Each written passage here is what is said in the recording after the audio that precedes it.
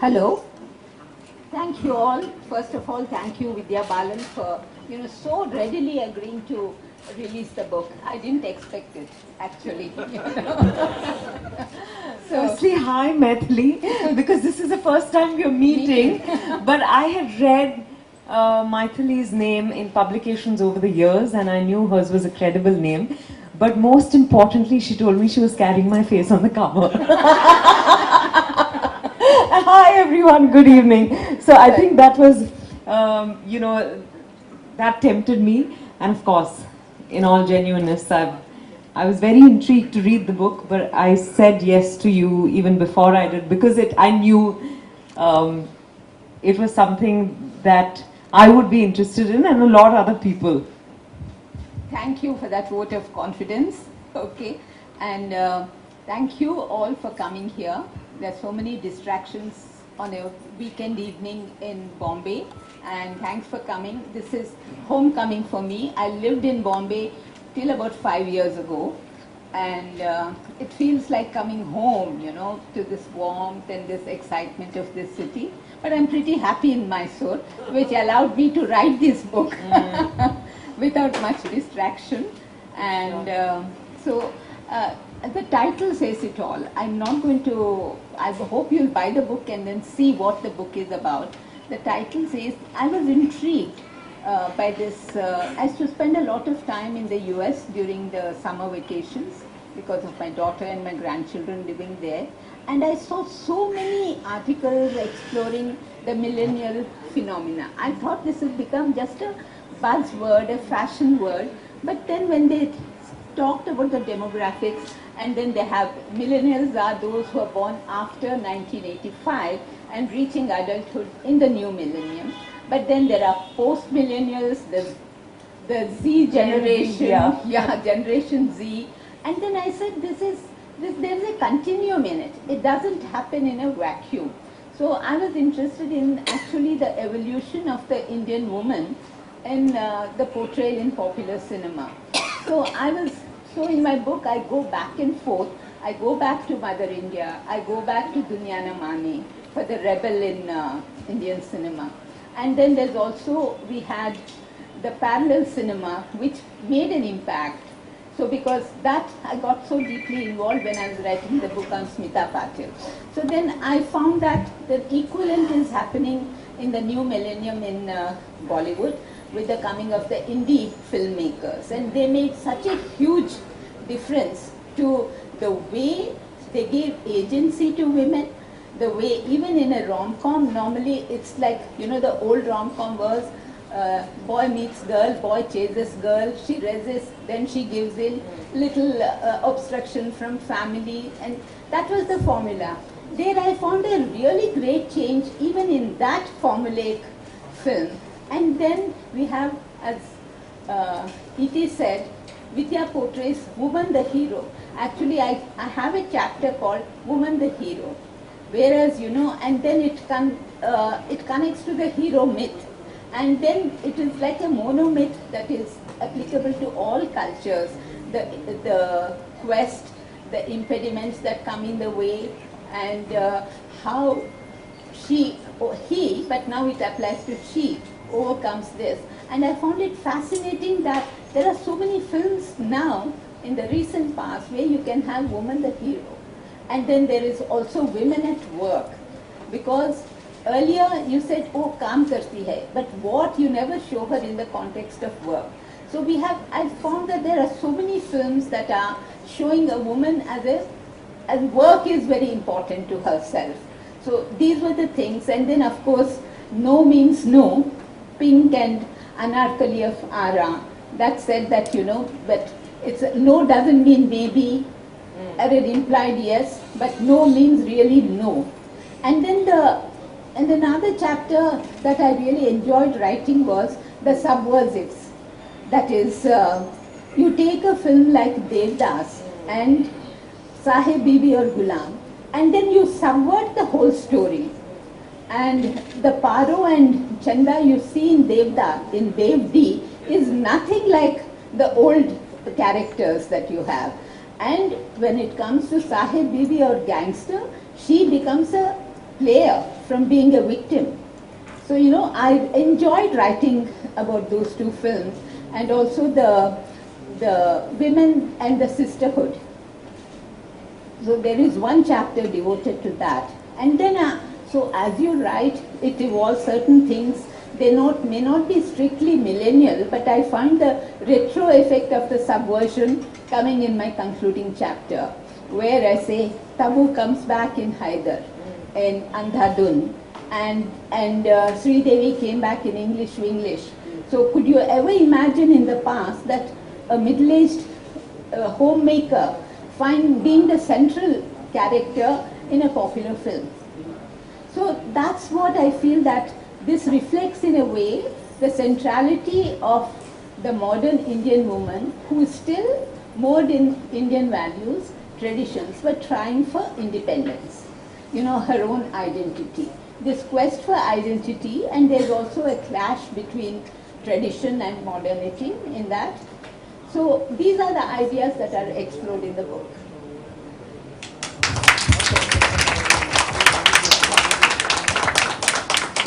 So I think we'll get to, I think instead of a monologue, we'll have a dialogue now. No, but I think it was very important that you laid out for everyone what all you've really explored in the book. You know, I've had a chance to read parts of it. Ajayji. But this has given us a sneak peek, everyone a sneak peek. Yeah. So I didn't want to, not full disclosure now. Yeah. So I have to keep the interest alive in the book, so that you go and, you know, find. And one more thing, this is not a very academic book. It's a serious book, looks at cinema in a serious way, but there is no academic jargon that comes between you and the book. Okay.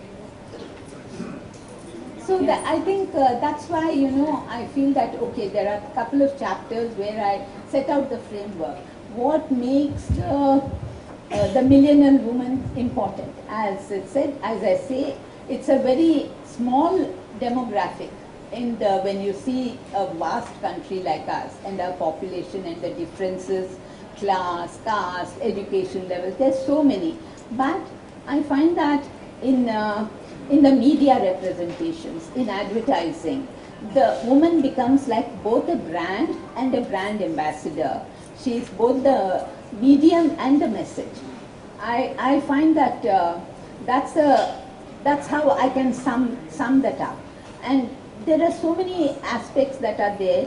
There are small town girls I've seen in Bangalore coming from small towns. They're all got exciting jobs in the IT sector or so, and they are living away from homes, as you know, sharing an apartment, which was something more like what used to happen in other countries in the West. But ladki ko aisa akele rehne ke liye bhejna, that's not done here.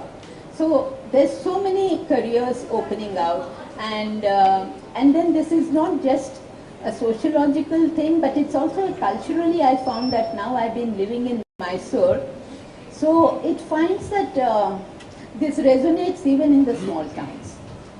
Right. So over to you. You know, I'm first very intrigued to know why the selection of these three faces for the book.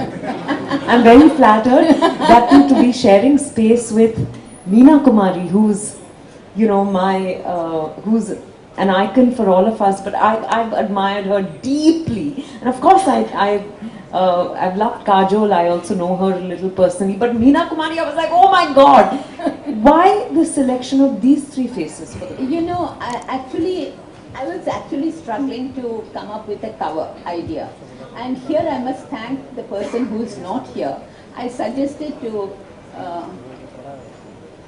Shama and her son Dhruv, whom I know, they live here in Bombay, and I bought her painting.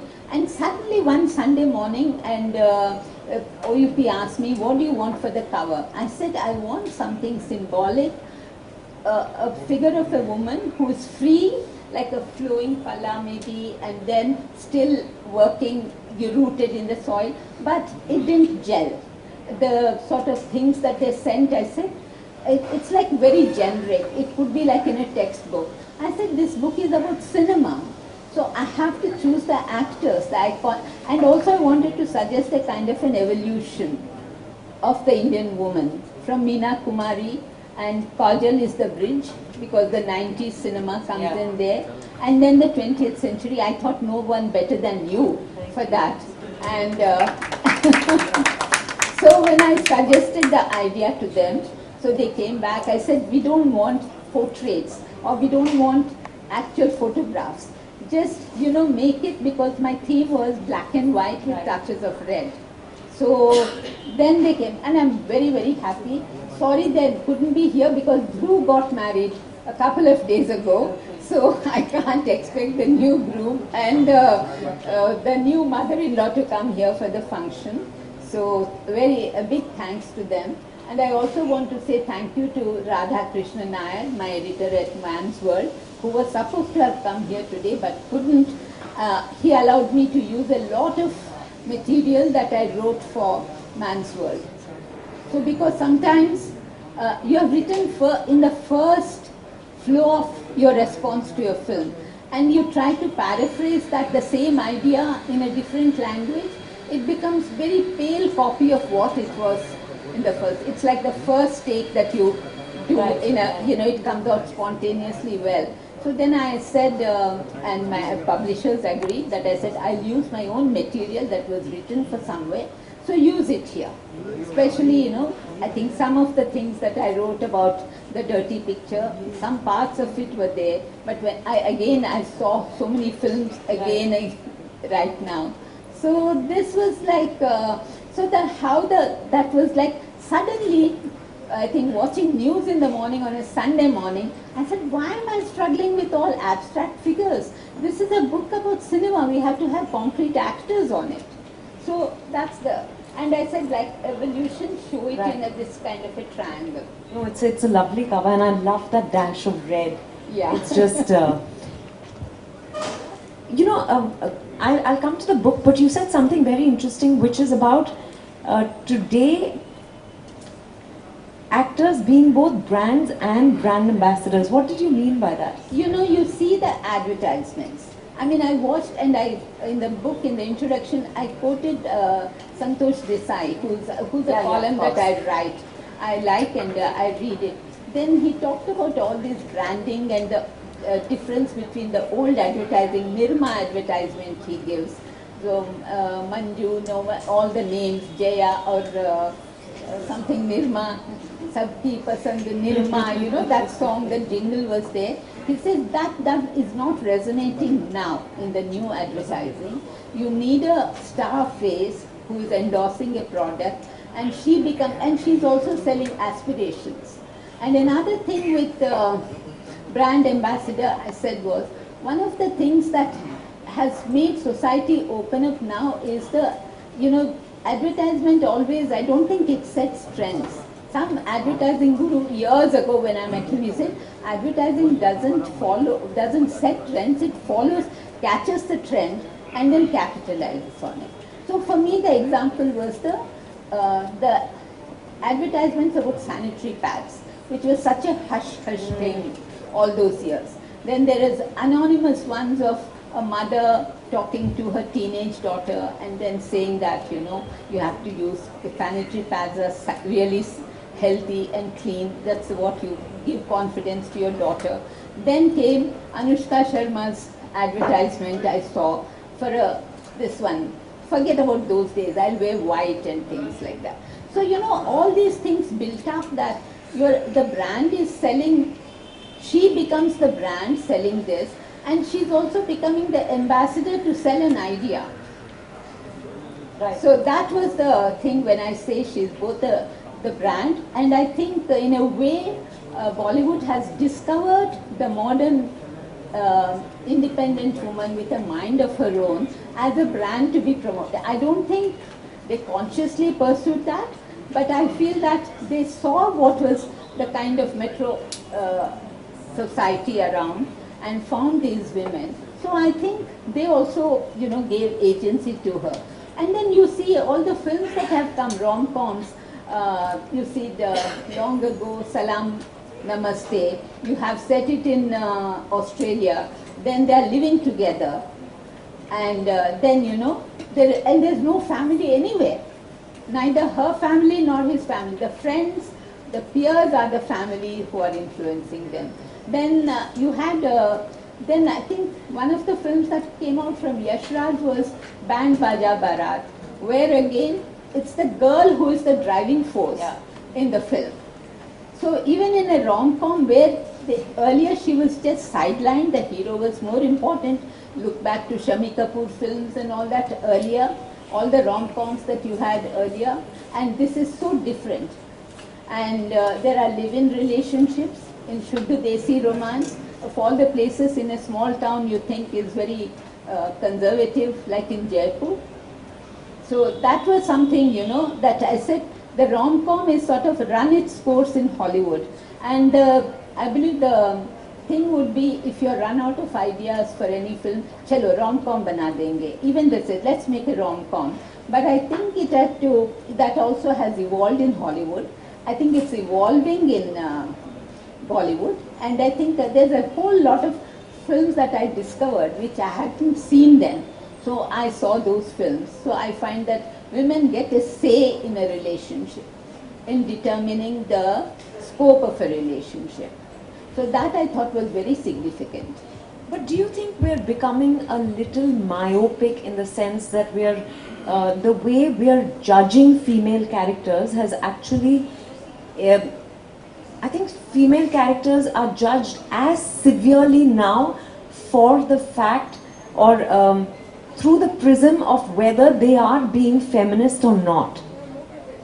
I think the tables have turned. I don't know if I'm able to articulate this correctly, but previously I think they would get judged for whether they were good women or bad women, or they were victims or they were vamps or all of that. But now I think every character is being judged for whether she's feminist or not. And isn't that an unnatural expectation from every female character on screen? Because feminism is not one thing. I think feminism has to be also seen in the context of the world the story is being told in. Like, I'll never forget what one of my sociology professors said when I was studying at Xavier's. And she had said that for you, feminism is very different. Your rights, being aware of your rights and living your life on your own terms and making your choices, all of that constitutes who you are. But for a woman in a village who's lived in the parda or in the ghungat all her life, the first time she lifts the ghungat and walks, that is empowerment. That is, in that context, she is being a feminist. So do you think we are going through a time when we are looking at it through a very myopic, having a very myopic view on this? This is something when I used to write on the images of women, they used to say, is it a positive image or a negative image that's being produced? I mean, I'm talking of the films of the 80s and early 90s. So the whole thing was, is it a positive image that is being presented or a negative image? But my thing is, what is important is not positivity or negativity, but the complexity of a woman in a situation. So how she deals with it. You don't want a cardboard positive figure. You don't want a totally stereotyped vampish figure. She is a person with many challenges, and each individual has to go through a journey. So I feel that yes, maybe there is some kind of, as you said, myopic thing about, like in the Dirty Picture. So many people, I remember saying that towards the end, you still have the, you put the bindi, then you put on the red sari before you take this thing. So is there an innate wish in the rebel who took on the system on her own terms and uses, her weapon was her sexuality, her sex appeal. And then you made your way through a very patriarchal, male-dominated film industry. So when you do that... No, but why does one have to... I'm saying, these are not exclusive, right? We are human beings. If we are really complex, even a woman like Silk, I'm saying, is allowed to have aspirations of having a partner, of being married. Why does it have to be so exclusive to one another? I'm really grappling with that, because I find that I don't read film reviews most of the time, not of mine for sure, not around the release because it's very stressful. But I'm saying even otherwise, when I do, the way films are being discussed, I think we're not, we're not allowing for creative expression of telling of a story. There are all kinds of women. Each story is different. Each journey, I feel that we are actually stereotyping the modern woman to have, for every woman to have a voice, for every woman to be heard, which is why, I want to, I don't know if you've seen my film Share Me, but I thought it was a great example of a woman who was not aggressive in a male-dominated world. She was quiet, but she had her conviction. She went about not by thumping her fist or by making a big deal of things, but by quietly doing her job and by doing what she felt was right. So, it was refreshing for me to see that there was here, and let's not forget that the director is male. Amit Masurkar made the film. But his view was very, he could have, if he wanted to make a really, today's so-called feminist film, he could have chosen to make her a little more of a cardboard cutout forest officer. But he didn't, and I think those choices, to me... Yeah, you're very right, because as I said, that complexity of the situation, and as I said, each individual will have a journey. This I found that, you do tend towards being judgmental about the heroine's choices or their representation. That I think is like, very often depends on the filmmaker's skill. In the sense that, does he convey the complexity of the situation, I think also the complexity of the choices your woman protagonist has to make. I think that came out very well in Jalsa. Yeah, right. Because you had negative shades in that, and your conscience is like, bothering you. Not just bothering, it's gnawing your at the soul. So when you show that kind of a conflict, I think that's where the film succeeds. It may not be a huge box office hit, but I mean that's the problem. You go deeper into a film's character and focus on the inner conflict. I think people can accept that in a book because it gives them the scope to take that inward. Because when you're seeing a visual medium, that's giving you a different message at times. So I think to convey the inner conflicts of a character in a film is far more challenging than in writing a book. And so that becomes dependent on the writing of the film, the way the film is narrated, and how deeply the protagonist understands that role and brings that out. It's a very challenging, I said. I mean... Yeah, no, because I keep thinking about this. I'm sorry, I keep going back to that because I feel that today, women are still judged in cinema. Yes. Previously it was to see whether you're a good woman or a bad woman, but today it is to see whether you're empowered, whether you're a feminist, whether you're independent enough by what yardstick are we using? You cannot use the same yardstick, and why does every woman have to be empowered on screen? Then we are only telling stories of a certain kind of, certain, group of women. Yes. There are women who still have to make that journey. There are women who may not yet have made that journey, may not have even set foot on that journey. I think we need to see reality from a more holistic perspective. You're absolutely right. You're absolutely right. Because I think what is, easier for even not just the filmmaker, even for a viewer, to see characters as stereotypes, meeting a certain expectations, and the expectations keep changing with times. Now, because I feel that it's not just the feminism is taken for granted. Now we are living in a post-feminist age, in the sense that you redefine feminism not in the 80s standard of, home doesn't, your personal life doesn't matter, like, your work, your self-identity, how you find that.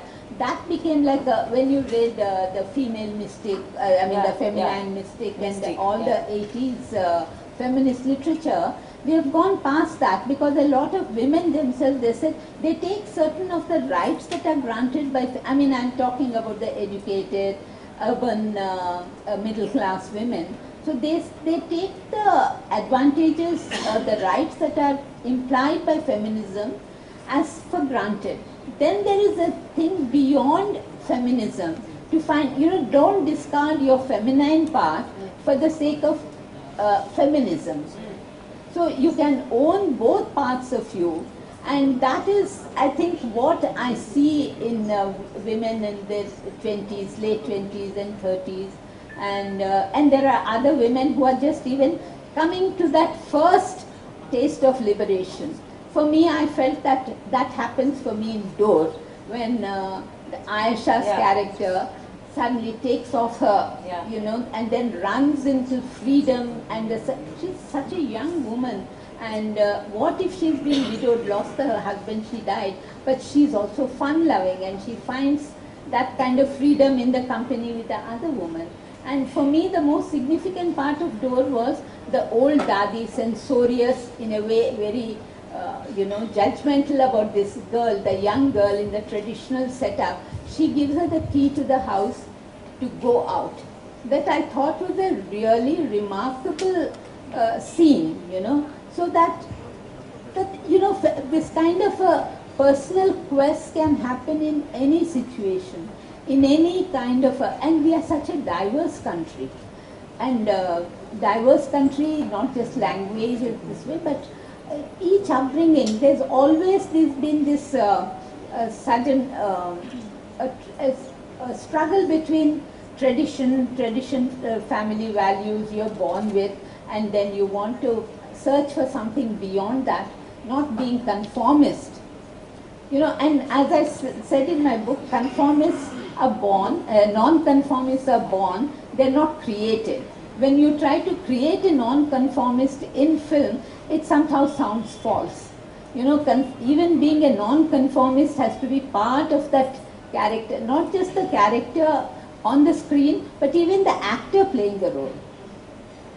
So, so these are like complex kind of issues which I think what happens in popular cinema especially is that you're trying to make it something that the audience will not take too much trouble to question and be entertained at the same time. And what do you take away from that? So I think when you're saying that each woman is judged whether she's being feminist enough, that itself becomes a judgmental thing.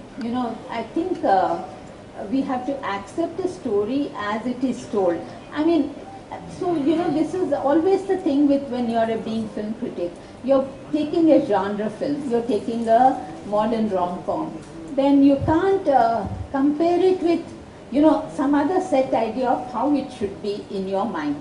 You might have seen a whole lot of films, but you can't judge this film on its own merits, what it set out to do, and whether it has succeeded in doing what it set out to do. I think that's the first basic premise, at least I set for myself, when I'm seeing a film and then forming my reaction to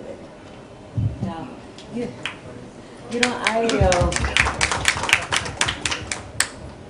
I was about to say something and I forgot. No, not at all. Talk about Jalsa. I found it a very intriguing and a very reflective film in a very quiet way. What was fascinating for me about Jalsa was the fact that it could have been a man in her place. And he would have gone through the same quandary. So it was not gender specific. Her gender did not determine her reactions, or that for me was very freeing. Just to read as material and then to play that on screen. Because yes, she's already, when you see her, she's already an empowered woman who is living life the way she wants to. But, a situation like this can make you extremely vulnerable. And that's, like I said, it doesn't matter what gender you identify with. This is very human. This is a human quandary. I found that absolutely amazing, and I think that's where I hope someday, I think as women begin to take charge of their lives more and more and more, and I feel that that's where cinema will go, where we're not necessarily, we're not pigeonholing women's roles into just being women roles, if you know what I mean. Yes. You know, we need to open up the canvas. It needs to get more expansive and free, and that for me would be truly liberating. So I think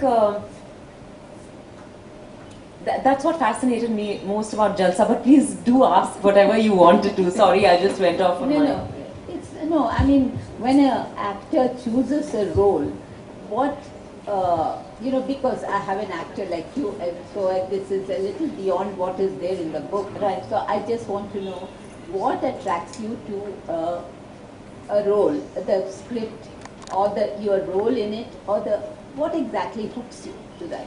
This human dilemma, because I have to tell you, Maithili, that I was offered this film before the pandemic, and I'd said no. Because I said I would never walk away from a situation like that. But the pandemic happened, and suddenly I began to look at the world and myself very differently. And now I realize that I don't know what I'll do until I'm faced with a situation. There was a certain humbling, I think, that the pandemic caused in us. And that's when one day when I was speaking to the writer-director Suresh Triveni, he said he made some changes to it. And I said, I'd like to read it. And he said, really? Because I'd already said no. But I read it, and this time I connected with it because I saw how it's about human frailty, right? Yeah. And for me, exploring something like that is very exciting. Because it's very easy to say that, it's very easy to judge someone else in that situation. But what would you do if you had a child at home and you were the only caregiver for that child, and you have a mother, but that's your world, right? You know that you have to protect it fiercely. And now you feel that everything will fall, and he's a special needs child. So everything will fall apart if you're arrested, or your life will just come crumbling down. So what would you do? And there were no clear answers. I thought the way it was structured, the way, she's initially in denial, and then there's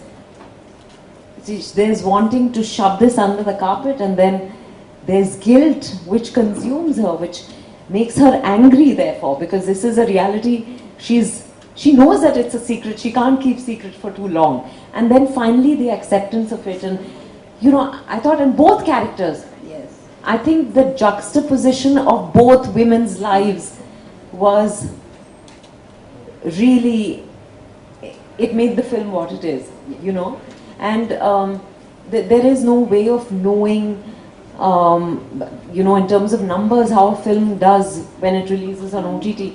But I have to say that it was amongst the 10 most watched films on OTT last year. So that's very heartening. When you know that even these kind of films are being lapped up by people. So for me, I think this kind of exposure to other kinds of film narratives and filmmaking, I think will change even popular taste and make them accepting of more challenging, say, stories that don't give very easy answers. Yeah. But what happens is you want to give easy answers to make the viewer go back with some message that is very easily internalized or take home with a sense of comfort. I think that has its own place. But the most exciting part of filmmaking would be these challenging kind of stories that you tell, where you're not seeing a character just as a woman or as a man, but first of all as a human being, and then grapple with situations. Maybe in a very hopeful future we can go to that, but you can't escape the kind of burden that a woman carries in our society. I don't think we should either. I don't think we've reached that stage where we've even acknowledged the burden. Yeah. So why? I think we mustn't. My point was not that we mustn't acknowledge or we mustn't confront that, but that I think my only point is that even in wanting all of the women to be liberated, that is also, limiting her. Yes, I mean you're limiting her choices. You're making the choices for her, For her. like a predestination. Yeah, absolutely. But it's not. That's why I think I like Thappad. I like Thappad because of that. She chooses to be a homemaker. Yeah. And it's of her own volition. Yeah. She has another choice to do. But then everyone says it's mere Thappad and you're walking out on a marriage.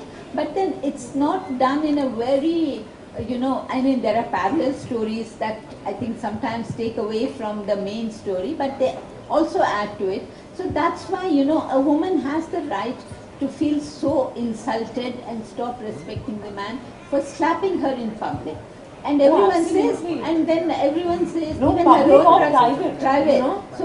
So that's why the point was that it's a given situation. Even her mother says, you have to adjust. And her brother says, you have to adjust. I mean, he's otherwise a good guy.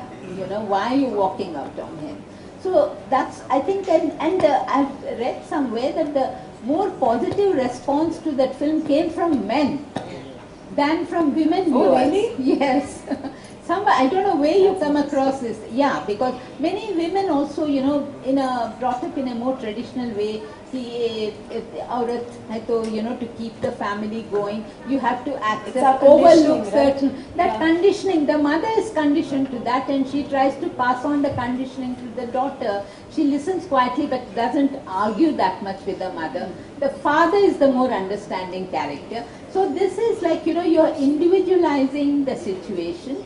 You're individualizing the characters of not just the main protagonist, but also the supporting cast. Yeah. And one thing I notice now that many of the smaller films being made in Hindi, the families, they're not like the generic aunt, the generic cousin, with no individuation. So now I find that when people wrote off Hindi cinema, Bollywood is dead, South is taking over, when KGF and other films, Pushpa and all became big, massive hits, I said, no, the future for Hindi cinema is not reproduce the 80s film, the angry young man, the Avenger hero in a different contemporary format, but go back to these smaller stories set in very authentic, it was also authentic Hindi regional variations. I think for me that is the future of Hindi cinema as such. Yes, the big action blockbusters will come, and there'll be the kind of figures and all that, but the real future for me is like these small stories but very authentically created in authentic settings, and characters that you care for and believe in. We'll just open it for audience. Okay. Sure. I realize that both of us talk a lot. So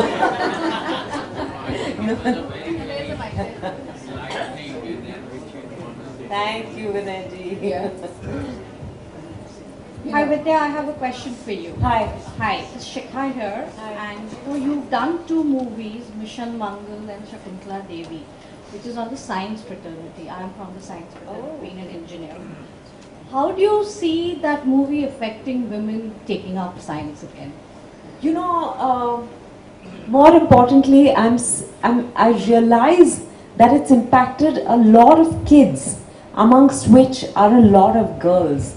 So I think it's definitely had an impact. Firstly, where do we have enough, films on math and science and all, even I would have thought of as very, boring, I'm sorry to say, but it's not a natural choice, right, for storytelling. But I thought these stories were one celebratory, Mission Mangal, it needed to be told. And Shakuntala, for not just a mathematician she was, everyone knows that she was a wizard, but for the woman she was, I didn't know that side to her. So when I did the films for those reasons, but I was amazed because especially Shakuntala released during the pandemic. It was, I think, the second film to release on OTT during the first lockdown. And the number of people who wrote to me after it, you know, on Instagram, on social media, on even people who had access to my number wrote me directly saying, they've sent me videos of their children playing Shakuntala, of wanting to learn maths. Same thing happened after Mission Mangal. You know, the number of kids, I remember I was at a theatre watching a film in town, and this boy came up to me and his mother told me he had watched the film 40 times. Yeah, 40 times, and that he wanted to get a hug from me. I was amazed, you know, because the kind of films I've done most of them are, you know, adult films, and I don't get too much of a kiddie audience, but it was amazing that the film had that kind of impact. I remember post the release, we were all sharing all the reactions we were getting, and we had a group, and most of us were sharing, you know, things that there were kids who were actually making spacecrafts with cardboard and someone wanted to go to NASA, someone wanted to go to ISRO, you know. The parents were actually writing into all of us on the team, like whoever, you know, known people. I think that was very heartening. So it's definitely had a great impact. Thank you. Kahani and Dirty Picture also had a great impact. Thank you. Hello. I think many more women in STEM now, right? Yes. Yeah. Because later I think that there were, STEM, especially in research. I mean, this was the Indian Institute of Science from Bangalore. So they said there were more women coming in for research. Yeah. And then I saw the film, there was a little bit of film, in Dasara in Mysore, there's a little film festival at that point. So they were showing Mission Mangal. I had already seen it. A friend of mine hadn't seen it, so we went to see that film, and that was packed. People were, normally at a film festival, they don't allow anyone to sit. If there's no seat, standing or sit on the carpet, they allowed. It was a slightly late night show. There were more kids, and the way they applauded with the success of the film, it was really, I mean, that was an eyewitness account for that. Hi, Vidya. Hi. How are you? Good, how are you? I'm doing fine. You made some of the most pertinent points I've heard in a long time from any film personality. Of course, I'm not surprised that you made them. About how women need to just, you know, probably to just, if I have to sum it up, be how they wish to be and just be left alone, and that's probably true empowerment. And then you cited your films, Sherni and Jalsa, ma'am also did, which were the archetypal examples of that. For me in Indian cinema, just Sita aur Geeta, Charbaz, Sherni and Jalsa are 4 films where the gender can be interchanged and it makes no difference. Right. So, what I wanted to ask is, based on that, even if we look at this, and this conversation is very important, but if we look at the millennial woman in Bollywood, would that become truly empowered the day we stop needing to make this reference? Like, we never have to say the man this or the man that. It becomes a given. It doesn't need to be spoken. That's today you achieve true empowerment. We don't have enough women-led films still. It's still not the norm. The day it is, the day there are 50% films headlined by women, you know, both actors and directors and technicians, but most importantly actors, I think. And the more success we see, these lines will get blurred. But at this point, I think it's very important to underline this, to acknowledge it, that we are making headway. That, you know, we've come a long way already. And I think, but that was my point about, you know, when I said that at some point we need to start seeing women as just human beings and not expect, you know, we expect too much from our women also, which is the point I was trying to make. I don't know, you know, the thoughts were just formulating in my head, so I'm still wondering if I've been articulate enough, but it's, I think we'll reach that stage, but it'll take some time, you know, because we've had male-led films forever, and we've had in every female actor's career, there would be one film where she played the central protagonist, and that was about it. And they said, you know, that was more a celebration of, I think, her artistry more than anything else. But today this is slowly becoming de rigueur, the norm. But it's still going to take some time. So for now, let's have this. Maithili ma'am, I have a question for you also. It's of course very valid that you said that it's just a parallel brand, if we could still call it that, of Hindi cinema. That's the way forward. And we would still get the blockbusters, the big action movies, but it's this that takes this conversation forward. But is there no, as a young critic to a very senior critic, is there no commercial film in the recently that you saw that would probably have this millennial woman, this character that could fit in there also? Any commercial film? I don't know how, sometimes I think the totally commercial film would have been maybe the one that, what was that about surrogate mother? She has Mimi. I found that it was a little, it was an interesting idea for me, but then it became too much lost in the exotica of Rajasthan, and also, I don't know, because like a true critic. and also I found that the character, when the baby is born, everyone says kitna gora hai, he looks like a foreigner. So where does, if the child looked like a regular brown Indian baby, would the rest of society have been that accepting? Was something that just came to me, that question. It says, aren't you sort of this is the reverse racism here, that you're, the white-skinned, slightly light-eyed child is being like adored by everyone. So I know it's a remake of a Marathi film. I think it was also made, maybe, I don't know whether in Tamil or so. A friend of mine told me it was a Marathi original, that story. So, and there I said this was it could have been an empowering film for a woman, but I think it lost out you paid more attention to Pankaj Tripathi, frankly for me, in the film, than the woman character.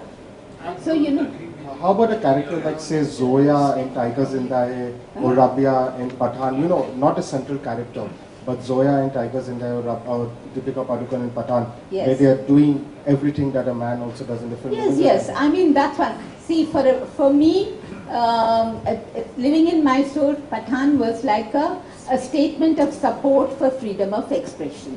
So we went, a lot of my friends there who normally don't see Hindi films and all that, we said, we went in a group, we didn't whistle though, but we went as and then it was an entertaining film. I liked the one-liners, the self-deprecatory humor that Shah Rukh Khan carries off so well. And I like that Deepika is not just a decoration, she's more than an orange bikini in that film. She's like, she's such an action, she's given equal importance. Absolutely. Along with John Abraham and Shah Rukh Khan. She carries out her stunts like an athlete, trained athlete. So there I find that there is a strong woman character over there. And it could be the masala-est film, you can call it, but it does have a... See, it depends on the intention of a filmmaker. So, and unfortunately with the COVID and for my husband's health not very good, so I don't go to many open theaters when they opened also, so I didn't want to come back with COVID or something, get him vulnerable to it. So I haven't seen many many masala films during the... And this book, and I had 2 more books during this COVID period, so it just cut down my choice of seeing films. I was concentrating on this book and seeing things along the same time. And again, what else would I say? Because when you write the book, it's okay, but then again the editing, and as I said, we had a motherhood book that was, I think, 6 months ago. We had its launch here, and then I was doing another, again a book on women filmmakers of India, 17 filmmakers for Suchitra Film Society. That's one of the oldest film societies in India. So I was actually in a way immersed in in the woman cause, I can say, over the last 2.5 years. So unfortunately, I haven't seen too many of the recent Hindi films. But even when they say Pushpa and KGF, I absolutely, tell you the truth, I absolutely hated those films. So I think in the interest of time, we'll take last question. It's not a question, it's a statement. It's about the... So I was just about saying that Mini, what you are doing is that you are diverting from the character to the child's acceptance. The fact is that Mini, I thought, despite the fact that I had my own reservations about the way the character was presented, but it was a very well written and very well etched out character. And I think it does speak of the modern woman very well.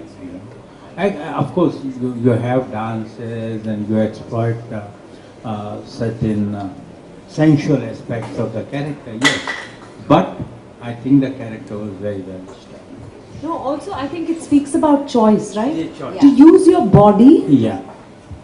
and because body constitutes such a large part of a woman's identity. Yeah. So if you make choices regarding your body that are your own, then I think that itself is, whether it's to be a silk or to be a mini. Yeah. I think it's, the choice has to be yours. Yes, absolutely, absolutely. For me, there is one point here that I make, that, give a woman is a, her sensuousness can be captured very beautifully without being in a way exploitative. What I find objectionable in mainstream film is when the item songs come and then the woman's body is become like, zoom into different body parts put together. Yeah, I know, That it's I objectified. find It is objectified. That is objectified. Yeah. Where is her autonomy of her body? Yes. If your camera is just zooming in on different parts of her body. From the beginning, that was something that I was very, very, uncomfortable with. That's fine, but it was finally, in the ultimate analysis, it was a mainstream film. Yeah. So there are certain compulsions. So otherwise, I think it was, and the other film was, and I think they are. I think we'll take one last question. Okay. No, but his was I need to not make a a question, statement, it was an not- explanation, a comment. Yeah. Hi, Maithili. Yeah, hi. We've heard so many fascinating aspects of cinema. But you haven't read from the book. Did you read it? No, we said we'll not have a reading from the book because, I really wouldn't know what to read from. We haven't Actually, spoken about the book as yet. yeah, but so I expect you to read it and then come back to me. I know how to read you. Reading, if you're not a professional actor, trained actor, reading can become very boring. We will have many more events, Yeah. so she can read afterwards. The next event, trained actor. Not trained, but Yeah, hi. Sorry, I hope this. Yeah, this is for both of you, Maithili and Vidya. It's basically the very act of filmmaking. I'd like to know, in terms of a male director and a female director, is there a difference in their filmmaking process when they are handling women-centric subjects? So, does a male director bring in his male gaze, so to speak? Is there, or is there a difference? No, I think it's just, for the woman, it's more her own experience, right? Even if it's not exactly her experience, it's easier for her to have empathy with the experience of the character. So, from that point of view, the perspective may be different, but I think I've been directed in a lot of my films by male directors, and I've never found the problem with the so-called male gaze. So it's really the story they decide to tell, and therefore the sensitivity or the sensibility they bring to it. Yeah. Yeah. Yeah. Yeah. Yeah. Yeah. Yeah. Yeah, that's true. Some of the most पूरा कीजिए अपना yeah. जवाब पूरा कीजिए कर्ण की बात हाँ, नहीं No, I mean to say, because you don't see a creator as a male or a female. As Vinay said, the creative aspect is the feminine aspect, you say, of the brain, it's the aesthetics. And then the other part of which is, I'm sorry, I don't know which is the right side of the brain or the left side of the brain, that's more creative and blank. But for any work of art to come out, you both have to work in balance, in harmony. So some of our best, most notable women characters in our cinema have been created by men. There is no going away, right from Mother India and Shantarams, Dunyana Mane, and of course forget Satyajit Ray and Bimal Roy. I mean, can you forget Sujata and Bandini? Yeah. Basu Bhattacharya's women, but they were like, there are so many, and there's so many, yes. Yes, and Vinay Shukla here. But the thing is, we have so many, I think this is the first time in Hindi cinema that so many women directors are working at the same time. But I find that Zoya Akhtar made Gully Boy, so it is like she's actually gone into a different league of her own as a director, as a filmmaker compared to the other films. The spatial aspect of Bombay, whether it's the crowded Dharavi or night shots of Bombay, she's captured them very well. And her male character, his Ranveer Kapoor, I always see him like an overexcitable puppy in this. Sorry, Ranveer Singh. But here he's so restrained, and the fiery character that Alia Bhatt plays in that. So it's like she's got, and all her films are not like a woman filmmaker, and it's only luck by chance she has a very strong role for Kankana Sen. Zindagi Na Milegi Dobara, which is one of the best male camaraderie films, has been made by a woman. So I think, yeah. It doesn't, the gender of the filmmaker doesn't matter. It's the sensitivity and the sensibility. Both have to work. What inspires you to write this book? What inspired you to write this book? Woman in Bollywood Special. So Maithili to sign the copies, maybe we can take all the questions. Yes, thank you. Thank you.